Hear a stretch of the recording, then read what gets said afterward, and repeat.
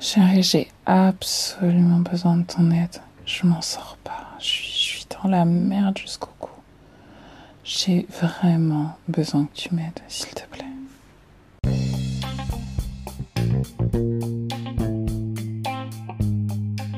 Bonjour et bienvenue chez Aisha Secrets. J'espère que vous allez bien aujourd'hui. Bienvenue sur ce podcast, bienvenue sur ma chaîne. Ici, nous sommes là pour parler d'amour, de sexualité, de sensualité, de relations, de couple, à travers le prisme de la spiritualité. Et surtout, nous le faisons avec amour, sans jugement et sans tabou. Alors, rendez-vous tout de suite pour votre épisode du jour. N'hésitez pas à liker, à partager et bien évidemment à vous abonner à cette chaîne. À très vite.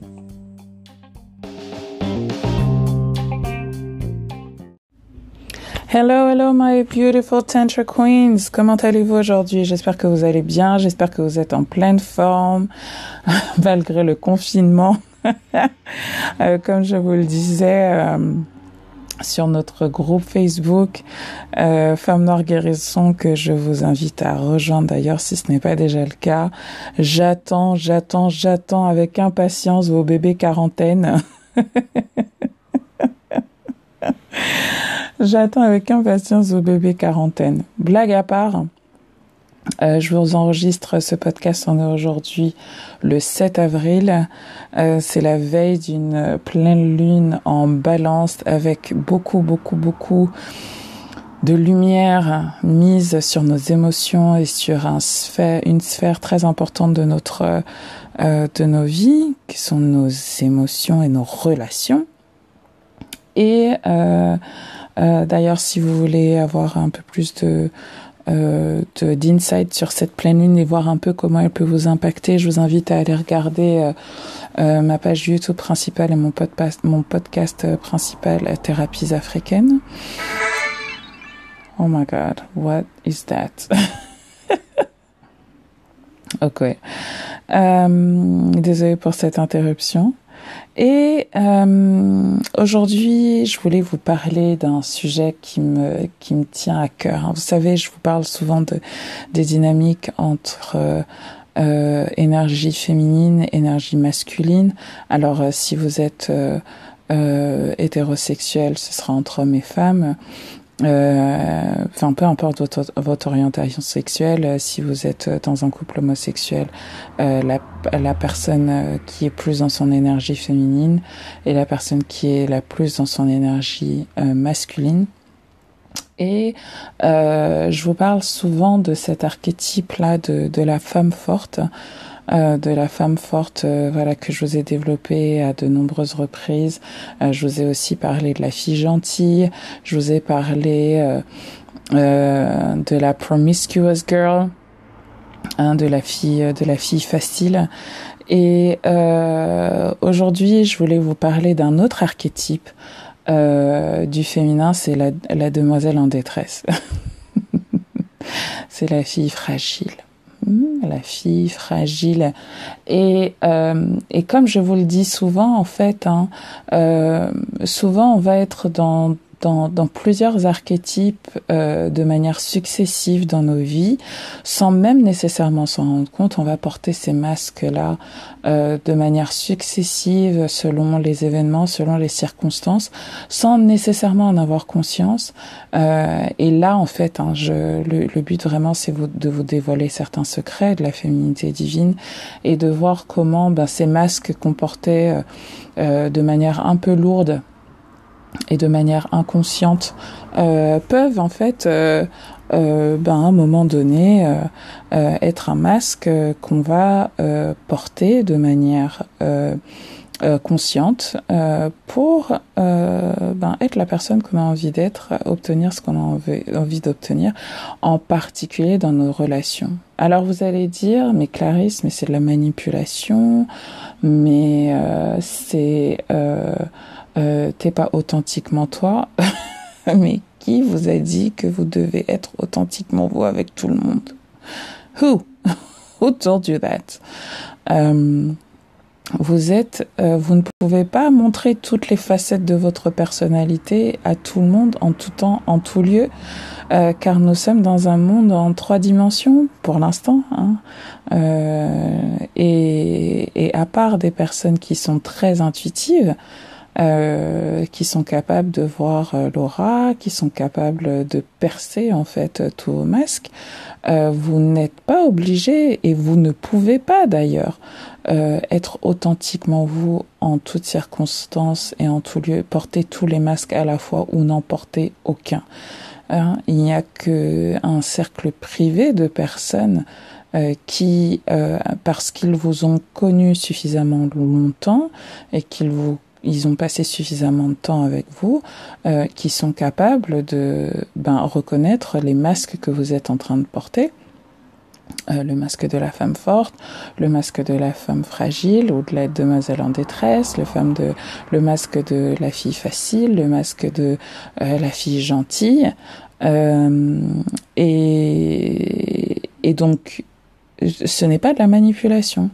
Comme l'a très bien dit cet auteur Dante, nous vivons dans une divine comédie. Et nous sommes tous acteurs, actrices. Certains jouent un rôle inconscient et d'autres jouent un rôle conscient. Alors vous allez me dire, mais non, mais Clarisse, mais it's House of Cards, t'es en train de faire de nous des Frank Underwood. Pas du tout. Je vous dis juste que this is a game, this is a show. On est dans un jeu, on est dans un spectacle, et soit vous êtes acteur, et dans ce cas-là, vous jouez vos cartes et vous avancez vos pions, et vous portez les masques qui vous arrangent au moment où ils vous arrangent, soit, en fait, ce jeu, vous le subissez, et vous êtes vous-même un pion. Hein. Vraiment, je vous donne l'exemple du jeu d'échecs. Hein, sur le jeu d'échecs, toutes les pièces du jeu n'ont pas la même valeur. Hein, il y a les valets, il y a les rois, il y a les dames, et tout le monde n'a pas le même niveau de conscience. D'ailleurs, tout le monde n'a pas la même hauteur. Toutes les pièces n'ont pas la même hauteur. Hein. Le jeu d'échecs, il est aussi là pour vous dire certaines choses, et vous avancez sur un damier, hein, avec des cases blanches, des cases noires. Et le but, c'est que vous déceliez la lumière de l'ombre et que vous-même vous intégriez vos parts d'ombre et vos parts de lumière. Bref, j'ai digressé. Parce que je voulais... mais c'était important quand même, cette digression, pour que vous compreniez que ce qui fait la différence entre les uns et les autres, c'est les intentions.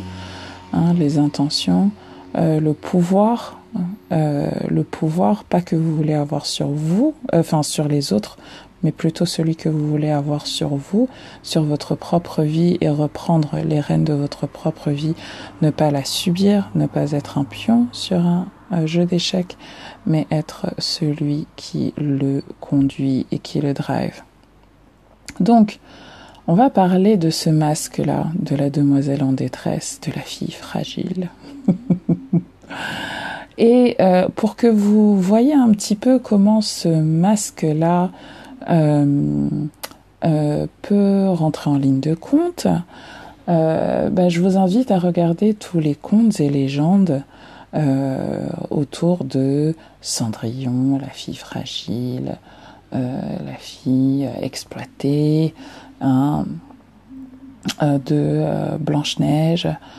Voilà, cette fille fragile, harcelée par sa belle-mère. Et aujourd'hui, dans une série que j'aime particulièrement, qui est à sa saison 2, qui est Maîtresse d'un homme marié, une série sénégalaise que je vous invite à regarder en version originale sous-titrée, qui est disponible sur YouTube. On en est à l'épisode 6 ou 7, là, je pense, au moment où je vous enregistre ce podcast. Je voulais vous mettre la lumière sur un personnage, une femme très très forte, hein, très très forte, mais qui révèle aujourd'hui aussi ses fragilités, qui est le personnage de Jalika. Jalika qui, voilà, alors, énorme spoiler, hein, si vous n'avez pas encore vu la saison 1, je vous invite à la regarder, à regarder et puis à revenir sur le podcast. Si vous n'avez pas encore commencé à regarder la saison 2, je vous invite à faire pause, à aller regarder les épisodes et à revenir ensuite. Hein. Énorme spoiler, hein, spoiler alerte comme on dit. Jalika, donc on a terminé la première saison découvrant qu'elle était malade, hein, qu'elle avait un cancer du sein. Et donc, elle est passée du masque de la femme forte, hein, avec sa relation avec Biram, le frère mauvais, le frère jaloux, hein, qui me fait penser dans la mythologie égyptienne à Seth, hein, donc dans sa relation avec Cher. Et donc, Jalika, la femme forte devient la femme fragile. La femme forte devient la femme fragile. Et la femme forte repoussait les hommes, certains hommes, en attirait certains. Donc elle repoussait Jalika. Plus elle gagnait en force et plus elle repoussait Biram. Hein, Biram. J'adore Biram, il me fait trop rire. Donc jusqu'à divorcer avec lui. Elle a ensuite attiré Maki à elle. Maki, hein, ce fils à maman. On va parler de cet archétype-là d'homme aussi. Ce fils à maman, cet homme féminin-là qui avait besoin justement d'une femme forte auprès de lui parce qu'il ne voulait pas activer sa propre force masculine en lui. Et puis finalement, le couple s'est arrêté puisqu'elle s'est rendue compte que en fait, elle n'allait pas se marier avec Maki, mais qu'elle allait se marier avec sa mère. Donc voilà, c'est un peu le genre de relation qu'une femme forte attire, hein, quand elle porte ce masque de manière inconsciente. Et puis, nouvelle transformation pour Jalika. Elle est vulnérable et elle est fragile. Elle est fragile. Et c'est même pas un masque qu'elle porte, hein, c'est que là, elle est en plein dans sa vulnérabilité, dans sa fragilité, du fait de sa maladie, du fait de son cancer. Elle se sent moins... Et puis, regardez la symbolique aussi, hein, de l'ablation du sein, hein, donc de l'ablation de sa part féminine, hein, qu'elle va être obligée de reconstruire. Donc il y a beaucoup de symbolique dans cette série. C'est vraiment, vraiment, vraiment une très, très belle série que je vous invite à regarder et à re-regarder et à décoder avec un regard neuf. Et donc Jalika, là, eh bien, elle retrouve sa féminité. Elle retrouve sa féminité en étant vulnérable, en laissant les femmes autour d'elle s'occuper d'elle. Hein. Elle retourne chez sa mère. Elle fait la paix avec sa meilleure amie. Elle retrouve de plus en plus son énergie féminine et elle est cette demoiselle en détresse et elle attire à elle ce jeune et beau médecin, cancérologue, qui s'occupe d'elle, qui est au petit sang avec elle, au point même de délaisser sa femme qui, elle, est une femme forte, avocate, dans sa carrière, qui défend les opprimés, etc., qui n'est jamais à la maison. D'ailleurs, sa belle-sœur qui est venue faire un sitting le fait bien remarquer à son frère, le fait bien remarquer à elle, hein, mais où sont tes bons petits plats, où est le tiep, comment ça tu manges de la salade, mais qu'est-ce que ça veut dire? Hein, cette petite sœur là cette grande sœur d'ailleurs, je ne sais plus, qui vient foutre le trouble dans le foyer, elle vient pas foutre le trouble, elle vient montrer la dynamique et les changements d'énergie qui se passent dans ce foyer où en fait on est dans un combat de coq entre ma carrière, ta carrière, entre qui finalement porte la culotte, qui s'occupe des enfants, etc. Et tout se joue à un degré inconscient. Hein. Tout se joue à un degré inconscient. Ce médecin, j'ai oublié son nom, très très beau, là est attiré plus par sa femme, avec qui il ne fait plus l'amour, on en parle dans la série, mais il est attiré par Jalika. Il est attiré par Jalika, dont il ne voit que le visage de la demoiselle en détresse. La demoiselle en détresse. Elle est malade, mais elle est tellement belle, elle est magnifique, elle est radieuse. Et je peux la sauver. Hein. Elle vient réactiver chez lui son énergie masculine, son énergie de protecteur, de sauveur. Ok ? Donc, quelle est la leçon qu'on doit tirer, nous, hein, en regardant Jalika, là, hein, montrer sa vulnérabilité. Je vous le dis toujours, ne cherchez pas à être des femmes fortes. Gardez votre force pour vous, surtout dans vos relations de couple. Ne cherchez pas à mettre votre carrière en avant. Votre carrière, votre homme s'en contre-cogne. Hein? Ne cherchez pas à montrer que vous êtes ceci ou cela. Ça ne veut pas dire que vous ne l'êtes pas. Hein? Vous savez qui vous êtes. You know who you are. Mais quand vous êtes dans la phase de rencontre avec un homme, faites la demoiselle en détresse. Activez son énergie masculine. Let him be the man. Let him be the man. Ça ne veut pas dire que vous n'avez pas cette énergie masculine en vous. Ça veut juste dire que vous décidez de ne pas la montrer en conscience. En conscience. Vous décidez de la mettre en sommeil en conscience. Ça veut dire que vous êtes dans votre énergie féminine en conscience. D'accord ? Donc là, je parle à vous qui voulez être dans des relations avec des hommes masculins. Certaines d'entre vous ont peut-être envie d'être avec des hommes féminins. Mais je vous le dis, mes chéris, il y a un moment donné où ça va plus être possible. Pourquoi ? Parce que vous êtes des femmes. Vous êtes des femmes et ces hommes, vous n'allez pas les respecter. Vous n'allez pas les respecter à un moment donné précis de votre vie. C'est au moment où vous allez avoir vos enfants. Au moment où vous allez avoir vos enfants, au moment où vous devez au maximum, être au maximum de votre énergie féminine, vous devez avoir un homme qui est capable d'activer son énergie masculine. Et si c'est pas le cas, si au moment où vous faites vos enfants avec vous vous vous rendez compte qu'il est incapable d'être dans son énergie masculine, il est incapable de vous protéger, il est incapable de vous laisser être la demoiselle en détresse, my God, vous n'allez jamais le respecter et vous allez, ça va conduire votre relation à la ruine. Je vous le dis, je vous le dis, je vous le dis, je vous le dis. Donc mes chéris, comment avez-vous regardé cette série? Si vous l'avez déjà vue, dites-moi si vous êtes fan. Laissez-moi un commentaire en bas de ce podcast, sur cette vidéo. Si vous le regardez sur YouTube, si vous êtes fan, dites-le, mettez un méga pouce bleu. Bon, en tout cas, je suis fan inconditionnel. Je pense que c'est une des meilleures séries que j'ai vues depuis un bon moment. Je suis complètement hooked, complètement addict. Qu'est-ce que vous pensez, vous, du personnage de Jalika? Comment vous voyez son évolution?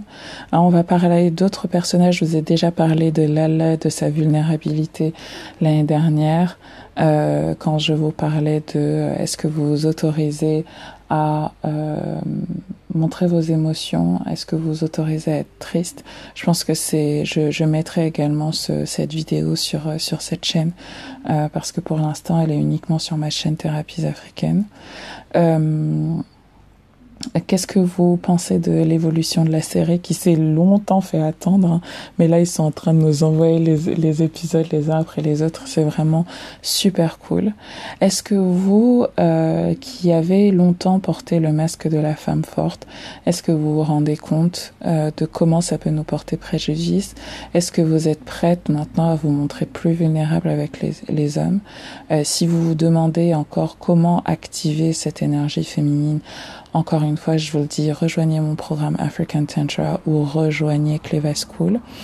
Je vais vous donner tout un tas de stratégies pour faire la demoiselle en détresse. Faire la demoiselle en détresse. Be the damsel in distress. Soyez la demoiselle en détresse, mes chéris. Et n'attendez pas d'avoir un cancer pour pouvoir être la demoiselle en détresse et activer votre énergie féminine. Je vous souhaite une très très belle journée, my lovelies. Hâte de lire vos commentaires et je vous dis à très bientôt. Ciao, ciao.